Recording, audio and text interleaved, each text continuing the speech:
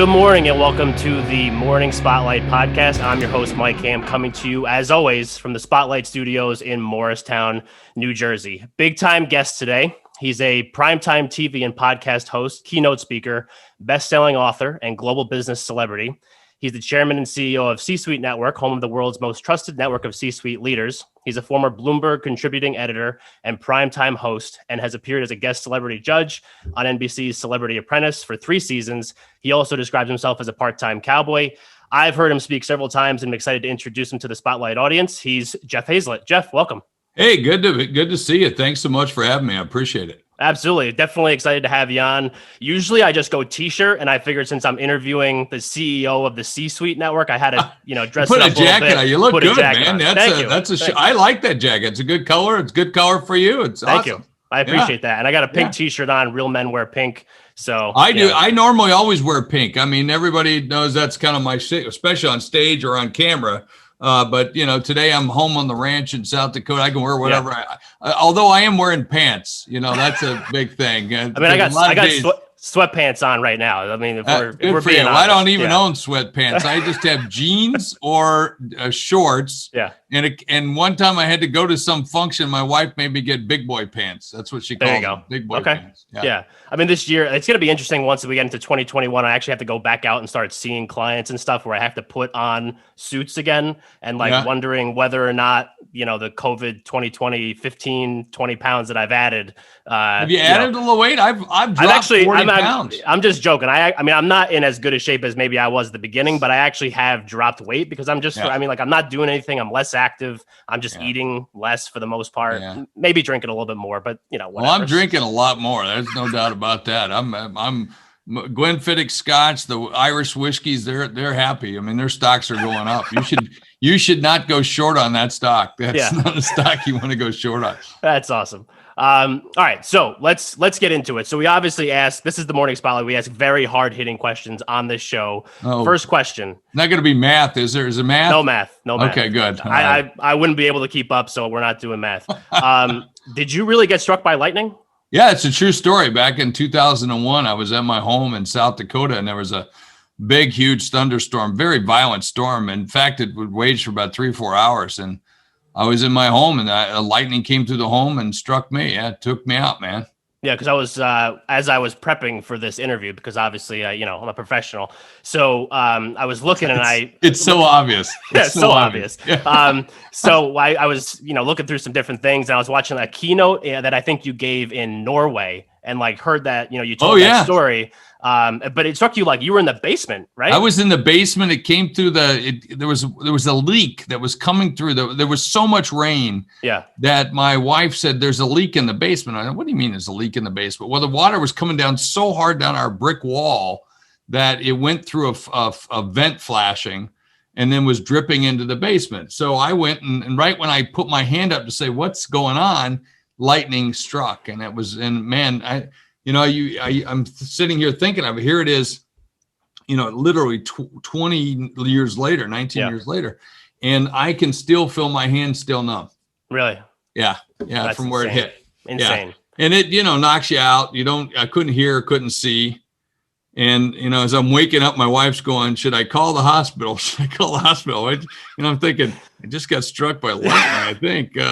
Probably a pretty good idea. Rub some dirt on it. You're going to be fine. Yeah. Put tape an aspirin on it. But, and then my daughter yelled, she yelled, hey, the house is on fire. There's smoke. Oh, my God. And so that was upstairs. So I got up and, went up 2 stories and what's going on. And it looked like a bomb had exploded in this room. So, it was pretty rough. Yeah, that's crazy. All right, so now we're gonna get into. I was just curious because that was I used to be magnetic personality. Now I'm electrifying. That's what I say. Pretty much. That's what I could tell. So now we'll get into the actual stuff. That was just something I saw as I was doing my research. So I just wanted to good know. Stuff. I wanted to know if it was just part of the speech, and as you were trying, I forget what the exact point that you were making. It was, they were saving, your wife was saving the pictures and asked if you were okay. The photographs. Yeah. That's right. I used that line, from my Kodak days. Yeah. Yep. All right, cool. So speaking of Kodak, tell me how a guy from South Dakota, so born in West Virginia, but from South Dakota, makes it from, I've heard you use the example several times. If there's more people in the stands at the Indy 500 than there are in the state of South Dakota, right. Pierre is the capital. I'm really good at capitals. So how do you get from South Dakota to going to be a CMO at a Fortune 100 company? Like right. what is that path like? You get real lucky. I mean, that's part of it. I mean, when you think there are more, take Fortune 100 officers, there's only 500 of them in the world. And to be one of those is a very elite group. I mean, if you take Fortune 1000 companies, there's more people playing professional football, in this country than there are, than Fortune 1000 officers. So it's a very elite thing. So when you think about pro athletes like that, and you compare that to Fortune 1000 or even Fortune 100, it's a very elite group. And so, one, I was very lucky, but, I'd helped Kodak do some transition into the digital world at that time, even though they didn't fully make it. But in the products that they have today, the only thing they have today is the stuff that we sold them back then in 2003, 2004, 2005 to help them make the transition that they were supposed to be making. And so while I was doing that, I got to, know the executives, and I brought this last company to them. They said, no, you need to come over and help run it. And right. And then I said, well, yeah, I'll do that if I'm the chief marketing officer or, so we talked about what role I could play. And I was lucky enough to be tapped first as a chief business development officer in the company, as I first a CMO inside of a division, with the promise that I'd get the shot at the big job when it was ready. And when it was made ready, we had to wait it out a year, but yeah, that's, you have to do that sometimes in a big company. So I became what was known as a chief business development officer for a year, and then took over the role as CMO following year when it was when the dust cleared, so to speak. Gotcha. Right. So you lived in Rochester, I'm assuming. I did. I lived in Rochester. I used to live in Rochester myself. Oh, wow. Yeah. So I lived right downtown in the Temple Church building, which was renovated into a condominium and apartments, and right downtown, just blocks away from the headquarters. Yeah, I was before I started doing my normal 9 to 5, which I sell title insurance, I was a college baseball coach. And the last school that I worked at was St. John Fisher, which is right in Pittsburgh, right outside the city there. I know exactly where it's at. Great school. Yeah. Great school. Loved it. Still drink Genesee beer sometimes. They've got some great root beer up there, man. They do. I love root bear. I'm a huge root beer fan, and New York makes some of the best root beer in the world. Yeah. I mean, I was when I moved to my apartment here in Morristown, and I found out there was a Wegmans only 10 minutes away from here. Oh, there you go. I was like, this is a game changer right here. But try some Saranac root beer. I will. Yeah, definitely. Yeah, Saranac or Saranac, I can't remember. It's something like that. Yeah. Really good. It's very good. Yeah, awesome. Yeah, I'll definitely do that. Usually, I mean, I have to mix it in with the actual beer. Yeah, well, that's good for you. I'm a wine guy. Wine or whiskey. Yeah, I'm a bourbon or Bud Light guy, so I really just kind of go like two totally different ends of the spectrum. I'm a simple guy, simple tastes. But most guys are. Most guys are. Right. So another thing that I learned as I was doing some research was that you started after college. You went to DC and you were working on the Hill. Yeah, I worked on the Hill. I was in both the U.S. Senate staff and then congressional staff. I worked in that for a while, and then I eventually ended up running political campaigns, and then became a lobbyist. I was a lobbyist for a number of years, representing tons of groups.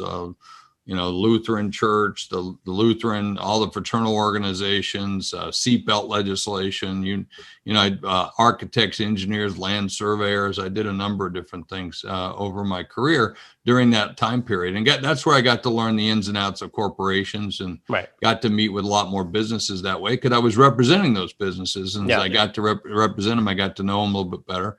Of course, the fundamentals of what I've always done has been the marketing side. So whether you're selling a box of soap, a cure for disease, a political candidate, or a cause, it's all on the packaging. So I was always pretty good at that.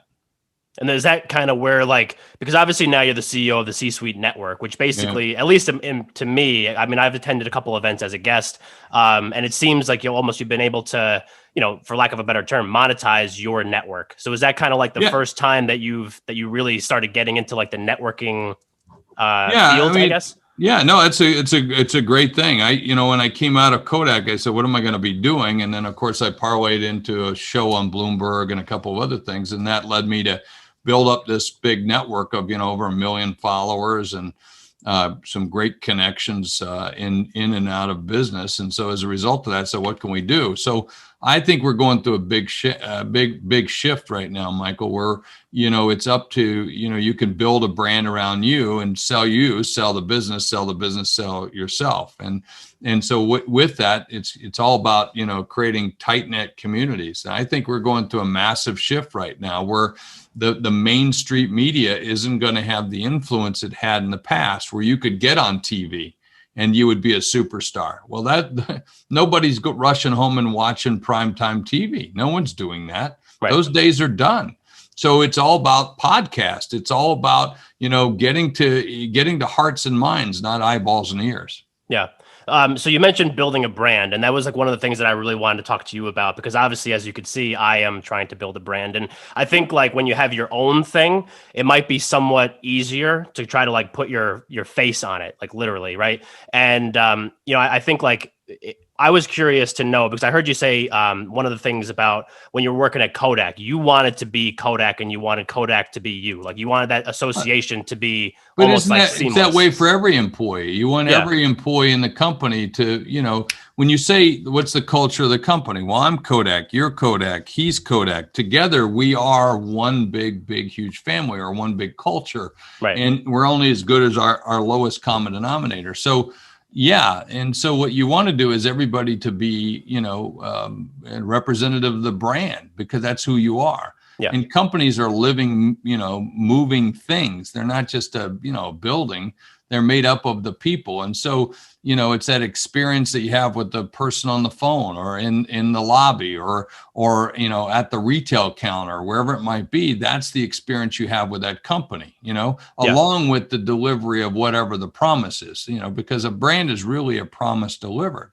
So, but people by and large deliver those promises. So, I wanted to be part of Kodak, and I used that to our advantage, in terms of being a spokesperson for Kodak. I was the pretty face out front, so to speak, is the way we would call it. Yeah. And that was my job. And I call that OPM, other people's money. I was using as much of that as I possibly could to get as much publicity for Kodak. That's why we did the Apprentice show. That's why we did numerous other things that we would do, and why I, continually flew down to New York many, many times throughout the month just to do news segments or whatever, commentate on business and everything else. Yeah. Did you ever? So it seems when you were at Kodak, you were trying to help them make a transition, but it did seem, like obviously Kodak, it just like they have like the stigma of having a culture, or at least a corporate culture that was kind of stuck in its without past, question. I guess. Yeah, when people would come up to you and say, hey, make it like it used to be. Well, I don't know about you, Mike. I don't look like I used to when I was 20. I look better. I mean, that's what you have to do is have a mindset that, your best days are ahead of you, not behind you. But for a good portion of the company, a great portion of the company, they felt their best days were behind them. When you have that, as a company, or as a football team, or even your life, then you're going to look at this as like, well, that sucks, and rather than look forward to say, this is what we can be, where we want to be, where we should be, where we can go, rather than where we've been. And so you really have to rethink that and change and adjust your mood, your attitude, everything. And that was a difficult thing for that company to do. Yeah.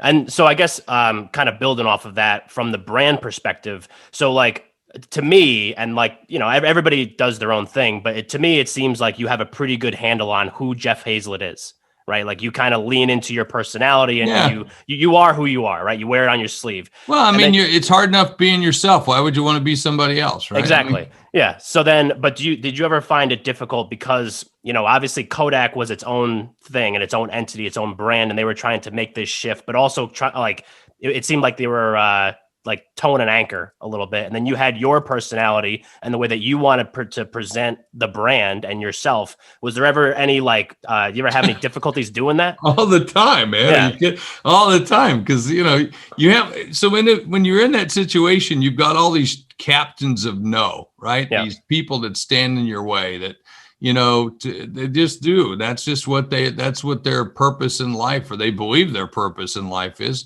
And you just have to overcome that. You have to have more energy than they. You have to be faster than them. You have to be more agile than them. I put that in my second book, Running the Gauntlet, which was about the experience of working at Kodak at that time. It was running a frickin' gauntlet. To drive change in an organization's like running a gauntlet, where people are beating you with sticks and stones and knives and whatever else they can pick up. I mean, that's what it's like when you're trying to be a change agent in a company. Yeah. So without question, you found yourself many days just going, oh my God, is it worth it? Beat your head on the wall. But you couldn't let those bastards get to you. And I put that in the front of the book to all the naysayers, obstructionists, opportunists who say, let's not change. No, we will beat you. We will beat you. And, and that's just my philosophy about things. So, and that's what we should do. We should always be striving to be better than what we are in everything that we do, personally, professionally, as a business, spiritually, from friendships to family. If we can all do that, we'll be a much more enlightened people, and we'll be happier. For God's sakes. I mean, so, I don't want to sit there and talk about what I don't mind honoring the past, but I don't want to live in the past. I mean, that sucked. I mean, to live like our, forefathers did. No way, man. I want some soap. I want some stuff. I want ice. I want air conditioning. Right? Yeah, definitely. Yeah. Yeah. So, it's about saying this is where we're going to go and what we're going to be, and be more forthright about it. So, yeah, it was many times it was really difficult to do that. Yeah. All right. So then, what year was it? I forget. 2006 through 2010. 10. That's right. So you in 2010 you leave Kodak, and now you're going to start your own thing, because you've always been a very entrepreneurial guy. Yep, right? I just quit. Yep. Yeah. I could have stood around, took a package, done all that stuff. Probably in hindsight, probably should have done something like that, but I didn't. I just said, nope, don't like it here anymore. Not going to stay. This isn't where I want to, And by the way, you got to remember the time a chief marketing officer, in terms of, lifespan, was, about 24 months. And here I was there at 4 years. That's a long time to be spending there. So it was it was one of those opportunities like, no, we got to go. It's time. And I just quit. And man, I didn't have a job lined up. I didn't have anything. So I just hit I had a book, and I hit the circuit. I hit the circuit, and, I would speak for food, so to speak, to get going again. And that's kind of what I did. Yeah. At what point, because I did read that you were like, how many businesses have you bought and sold over your career? Like 250, I bought and sold over a couple hundred businesses in my career, about 25 billion in transactions. And I'm working on a deal right now that's in multi billions, hundreds of billions of dollars. So we'll see how that goes. Yeah. Awesome. So you obviously have that entrepreneurial spirit. So at what point do you decide like, hey, like I have Jeff Hayzlett, and he's a brand already, because you use Kodak's money basically, and your circuit that you did after you quit to kind of put yourself out there, and obviously all the stuff you've done. I mean, we went through it in your bio at the beginning.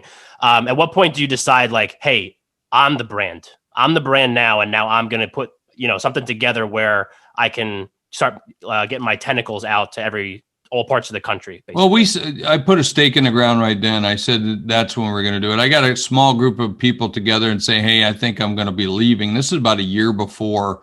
This is in 2009. So I got a small group of people together and said, I'm going to leave.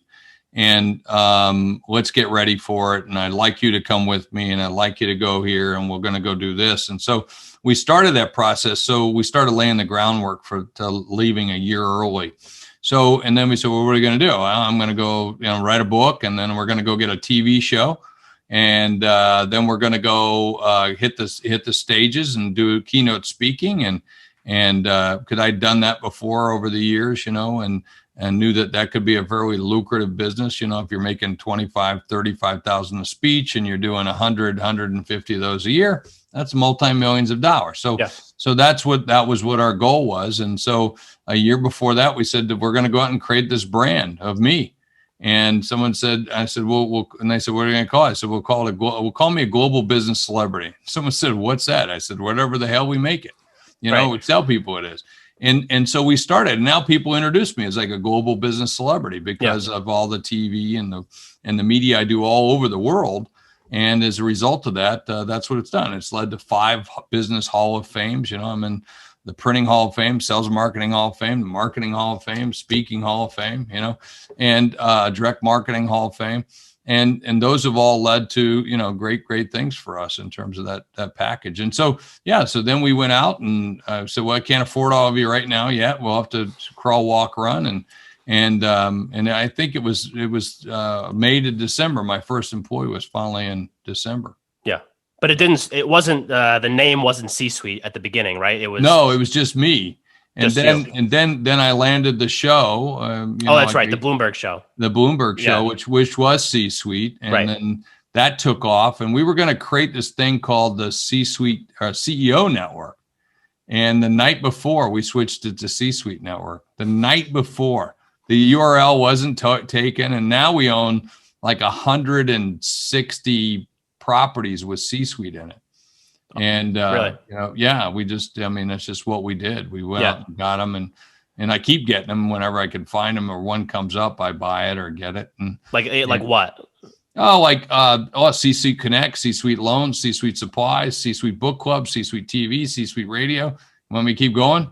Well, we're good. I think we get the picture. Yeah. C-Suite SEO. We got it all, C-Suite Cologne. Because someday I'm going to have the sweet smell of success, Wait, I need a bottle sent out to here in New Jersey. No problem. It'll come in a pink box for you. Perfect. But you got to think these things through about, where is it you want to go and how do you want to get there? And that's what we do. And all right, well, at least I do. And I think about the journey and try to figure out, we're going to go from here to here. Ultimately, the C-Suite Network is a trusted network for C-Suite executives. But, we want to be as you start to think about this, how do I know who you are? How do I know you? How do I know that the person I'm dealing with is who he or she says they are? So these are the things that are like starting to get in my head about, especially with COVID. I don't know, how do I know that's really you? And I'm about to do a business transaction and give you money.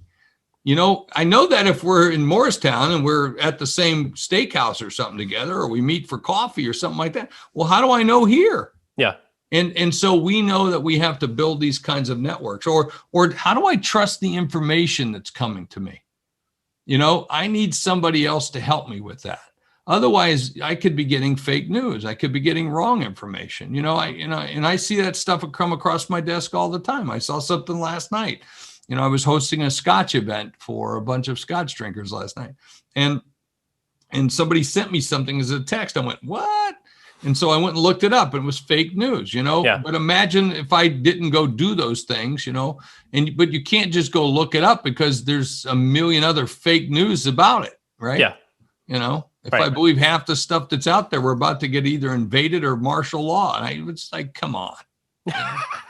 Come on. Yeah, there's a lot. You're just inundated. First of all, no one would invade this country. If you added up all the hunters and all their guns, it's the largest single army in the world combined with all other armies in the world. I would believe that. Yeah. It's massive. Yeah. And they drink beer while they're doing it too. So it's like, kind of guys. Yeah. Can you just give us like a quick overview, as best you can, of what C-Suite is for the people that are listening that don't know, just to kind of give them some context? The C-Suite Network is a trusted network of executives that get together. So think of it like a giant, huge mastermind, but there's 350,000 people. And then with thousands and thousands of paid members. And so we have a community. So think of it like a giant sequoia tree. And underneath the sequoia tree is this lush ecosystem. And underneath that is this community of people with all the peer-to-peer councils that get together. Then there are members. And then there's content. There's C-Suite TV, C-Suite Radio, which is our podcast network, the world's largest business podcast network. Then in our TVs on Apple, Roku, Amazon Fire, you see it, in all the great spots. And then we have, so that's our content. And then we have our convene, which means our meetings. We're doing over 300 digital meetings right now. We were doing over 100, face-to-face meetings a year, but now, with COVID, we did a little pivoting there, and it's actually turned out better. Yeah. And that's a great learning. And we're, instead of getting 30 people, we're getting 3,000 people to show up. Yeah. And that means we get that many more members as well. And then last but not least, it's a concierge, meaning services. How can we put you together with this person? And we come together and we share, we learn, we cheers, we give you a little education, some motivation, some inspiration. Hey, and even a chance at some monetization if you get engaged. Yeah. And that's really what it's all about. Yeah. So speaking of like doing the virtual stuff and making that pivot over the course of the year, do you see that as like a big time benefit moving forward into 2021 and beyond? Was that something that just kind of like accelerated the transition? Yeah, without question. I mean, I would have thought, oh my God, we can't do it. And it won't be as good, but it's actually better. It's never going to go away. I mean, we were talking with a group of people. We will never see this go away because we've created such a community online of people all over the world now. We got people joining from all over the world. Yeah. And that's opened my eyes as well. I just think, well, geez, when will I ever get to the UK? When will I ever get to Australia? When will I ever get to Norway? They're there. They're already coming. They're already there. They're already joining. Their podcasts are coming on our network. Their TV shows are coming on our network. We're filming them for book shows. We're putting their book up on our C-Suite book site. So all that stuff is now coming, and it's coming as a result of that. So I never see that snapping back. I do see us still doing face-to-face events, and I see us doing digital events, but it'll be a blend. Yeah, that's what I think. I think whoever really figures out that balance between the virtual stuff and the in-person stuff is going to really have something there, because I think the big stuff, I don't think we'll have huge, big events. Like we used to have like 800 people show up, for a conference in downtown New York or in San Francisco. I think we'll have more curated, experiential events where we'll go, we'll do a golf tournament, or we'll do, backdoor into this company and, do something on the field of the New York Jets or something, because nobody's doing anything on the field of the New York Jets right now. So they won a game last night. Yeah, I know. Crazy. Yeah. I mean, their fans are pissed, but whatever. Yeah. Finally, I've been a Jets fan all my life, so there you go. All right, so I'm playing for the Jets next year. I'm coming out of retirement. Honestly, you probably could. I played for them in the 9th grade at Northside Junior High Jets. I'm coming. I'm ready, man. Yeah. I got the jersey. Yeah, there you go. I mean, you're set. You're ready to go, and you'll fit right in with most of the players that they have anyway. Well, I'm actually some of their size, so there you go. Yeah. Well, there you go. Yeah. So one thing that I was curious. By the way, none of their speed though. When they. For those listening in, they measure your speed by the 40-yard dash. With me, they take out a calendar pretty much. Yeah, I was always like a sundial guy. I mean, I was a pitcher in college, so like I wasn't running. What was your best pitch? I had a really good curveball. I grew up and my dad was like change up. So I always had a really good change up. But once I got to college and I figured it out, curveball I can. One thing I regret, I went on to play football. I was high school American, and then I went on to play rugby in my college years all the way through for many, many years. Yeah, it was baseball. I was really good at baseball, and I should have stuck. I was a catcher. Okay. I love being a catcher. There's not many. What are you, 6'3", right? Yeah. Not many 6'3" catchers out there. No, but that would have been good. Yeah, big target. I once beaned the pitcher 4 times in a row. Some guy was trying. This is during practice. This is back when I was a little league. I'll give you this story. What the heck? This is a squirrel moment for those listening. And this is like squirrel. And there was this kid that was a pitching, and they were trying to teach me how to throw down to the second base. To throw the guy out, and I beaned that pitcher 4 times in a row. He wouldn't duck. Yeah, get out of the way, dude. What the coach says, I said, Coach, where should I throw it? He goes, throw it at his head. And I did. Yeah, that's what you're supposed to do. I did. He goes, don't do it so good next time. Yeah, maybe a little bit over. Yeah, that was Harold Jones. Harold Jones. He was a former he was a Marine sergeant gunner in the Vietnam War. Died a few years back, and he was very influential in my life. He was a good man. Good man. Awesome. And his brother too. His brother died before him as well. Both of them, I'm sure they had Agent Orange. My dad had Agent Orange. but they were all the same age as my father. And he was when my dad was over in Vietnam, they managed the baseball team, Little League baseball team, and it hadn't been for guys like that, I'd have been in the wrong side of the tracks. That's the great thing about youth sports, man. Just brings kids together, puts them in a good environment. As long as you have good people kind of there controlling the kids, it's great. One of the other things that I want to ask you, just kind of going back to the marketing side, was at what point in your career with like social media stuff? Because like I'm 30 years old. I basically grew up with a phone, on social media, all that kind of stuff. You're probably like what, 32? So you're probably the same. No, I'm a little bit older. Like 2X year, I'm 60 years old. Okay. All right. Yeah. So at what point in your marketing career, you're like, hey, like this social media podcasting? Oh, early. I was one of the first 1,000 people on Twitter. Now, not because I was the smart and figured that out, because my head of media, social media, or at that time it was interactive media or digital media, because we didn't know it was called social at the time. And they said, you got to get on this Twitter thing. Well, what's Twitter? And then I can remember them coming into my office and setting it up on my laptop. Yeah. And I'm sitting there and I got like 4 people in my office and they're teaching me how to do this. Well, I had named the very first chief blogger ever. So the first chief blogger and the first chief listening officer, I named both of those positions. Those are both in, I have the dubious honor of inventing those positions. Yeah. There was not a chief blogger before, I named the very first one, Jennifer Cisney.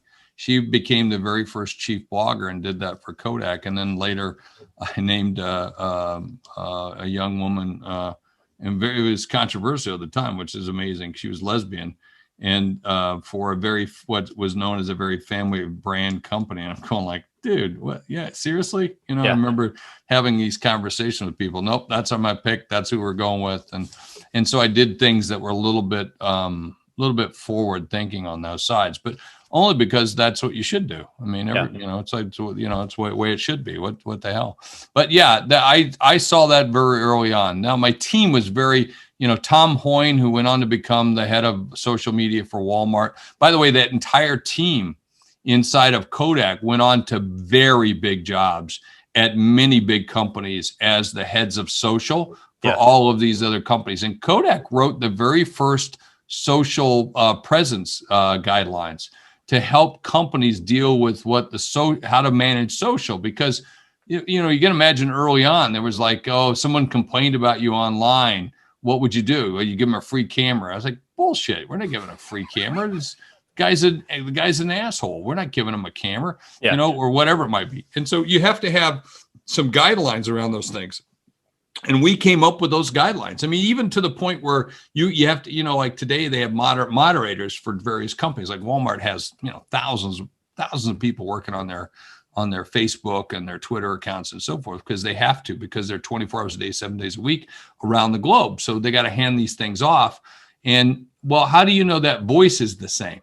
So you have to teach everybody the voice is the same, but that you do the 8 to 5 shift. I do the 5 to 3 shift or whatever. Well, the little things like the initials after, when they posted, that was us. We created that. We started that. And so caught on it pretty quick. Awesome. So one of the things that I was going to ask was, when you have like this, you're in an environment with C-suite and with the podcast network, or the C-suite radio and the television, in an environment where there's just a lot of noise. And obviously C-suite is bigger than just like the morning spotlight sitting here in his Spotlight studios. But like, how do you make sure that you're louder than everybody else in the room? Well, on the category. Yeah.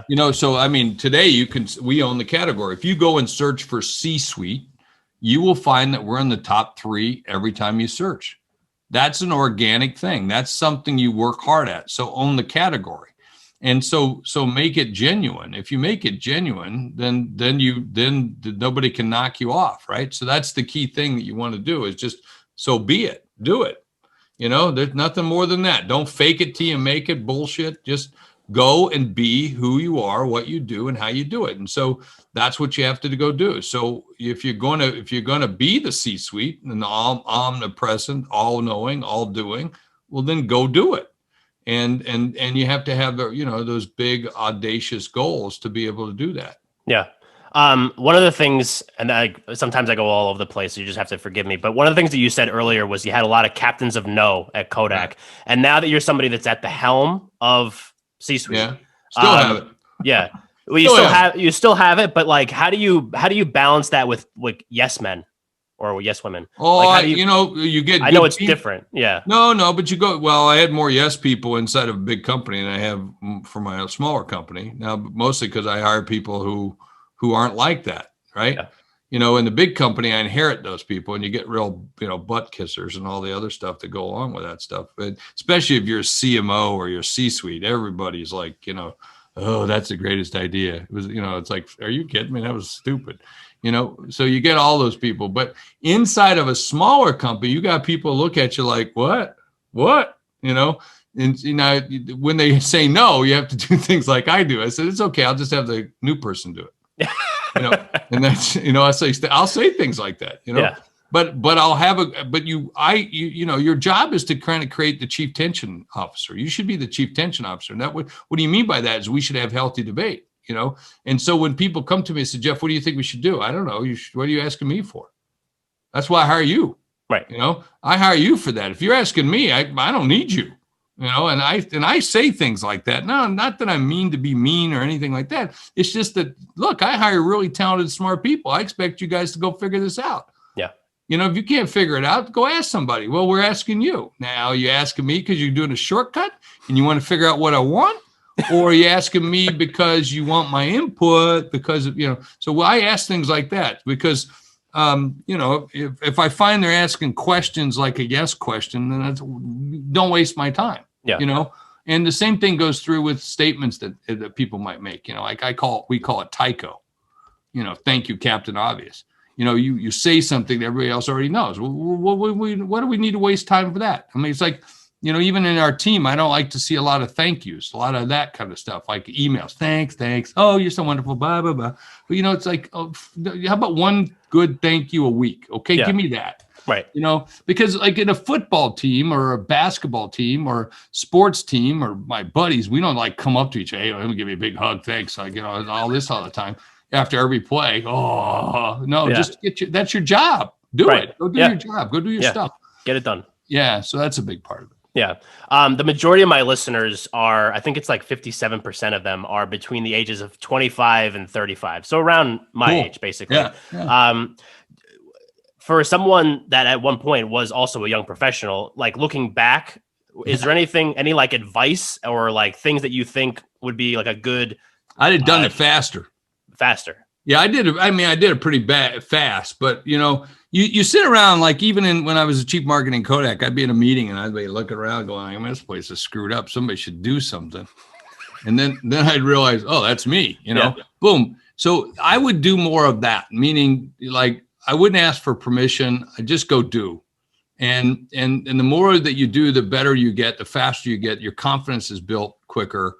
And, like everybody, we used to have those little voices in my head that would say something. I just stopped listening to them a long time ago. Yeah. And so my opinion is my advice to you is stop listening to those voices and go do what you want to do the way you want to do it. Yeah. It might be wrong. Okay. But, by and large, no one's going to die. So, so go do it. And, but in the cool thing, it's your way, and then hopefully if your way is also the company way. And if it's a company way, then everybody gains. Right. Yeah. Do you find that a lot of people hold themselves back? Because especially like doing stuff like this, like whether it's a podcast or social media or, putting their face on something. Do you find that a lot of people are really hesitant to do that because like they're afraid? Yeah, sometimes. Yeah. Oh, I think everybody's afraid of something and some aspect of it.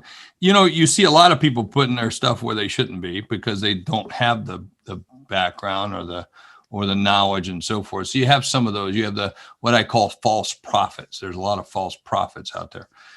But no, you should never be afraid of standing up and doing a great job and doing it. And you should not, think that's I'm a star or think that, people are going to think less of you. That's not the case. No, we need leaders. That's what leaders do. Yeah. All right. Well, we're getting around the time that I said we were going to try to wrap this up. So, man, now it's gone fast. I know. Well, time flies when you're having fun, man. That's what happens on this show. We have fun. So, I want to move this into our closing segment, which I mentioned to you before we got on. It's called Under the Spotlight because this is the morning spotlight. So, people that were listening to this episode just listened to Mike Hamm and Jeff Hayzlett talk for about 40 minutes about a lot of different stuff. Stuff. Now Baseball. we're under the spotlight, which is a nice tie into the name. It's all marketing, man. It's all marketing. It's all there. So they've just listened to us talk for the last 40 minutes. What's one thing that you want the listeners of this show to walk away from this episode with? It'd probably be yourself. Like, I think that's a big thing. A lot of people come to me all the time and say, Jeff, you're so authentic. You're so this. I look at them like, dude, what do you mean? It's so hard for me to comprehend that you would not be yourself at all given times, or you wouldn't say what you want to say. And by the way, I had this with my family or whatever. They'll say, hey, where do you want to go for dinner? I say that, this place. And they go, are you sure? Well, you just asked me the freaking question. Of course I'm sure. That's what I said. Yes, I want to go there.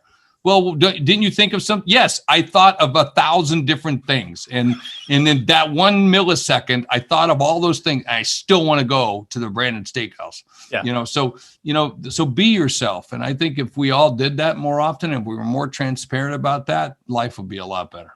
Awesome. That was a great one. One of the best ones we've had, I think. So for everybody listening, all the stuff like C-Suite, all the links and different things, I'll put all those in the show notes for Jeff. If you want to reach out to the show, make sure you either go to our website, themorningspotlight.com, or email me at themorningspotlight@gmail.com. Jeff, this was awesome. I really appreciate you coming on the show.